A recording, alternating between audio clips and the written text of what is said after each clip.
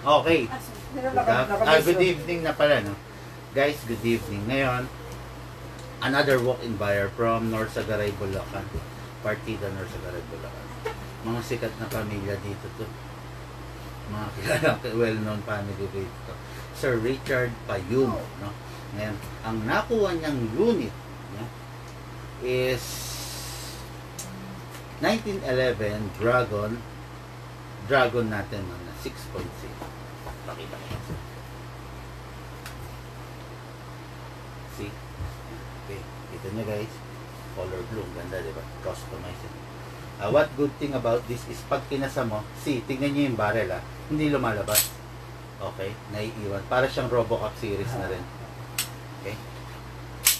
Yan. Ngayon guys, demo test fire natin. Sir Richard. Silicone oil. Alam mo to. Spray lang dito. Okay, para hayaan mo mag-penetrate hanggang sa loob. Way back kasi before, yung mga dating airsoft hindi gumagamit ito. Kaya anong nangyayari, ilang months lang sira na agad. Yes, then, sa gas, upside down. Alam na rin niya to guys, kasi nag-airsoft naman talaga to.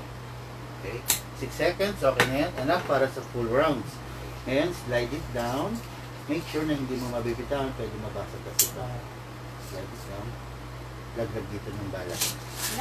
Good thing kung meron kang reloader, kung wala, isa-isa. Kasi meron kami yung nabili dyan. Yung bote? Bote. Okay. Okay lang yun. Kaya alam, medyo matagal yun. Minsan tumatapon eh. Okay. mas marami pagtapos sa sahig na. Okay. Yan, loaded with air, gas, and BBs. Ngayon, pasok natin sa barrel. Malakas. Huwag itutulak. Okay, malakas din. Kasa. Ready to fire, finger out. Wow.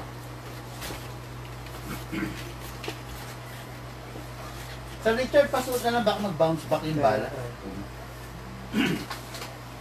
Yan. Sir Richard Payumo, Norsagaray, Bulacan. See?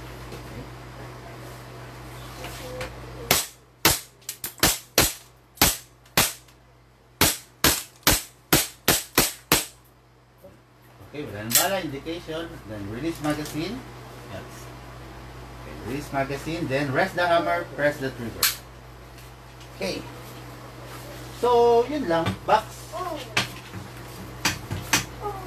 Then, Pag nagusto ko sumali, dulo ko ako ng ano. no problem sir, no problem. Magtitimpay nito.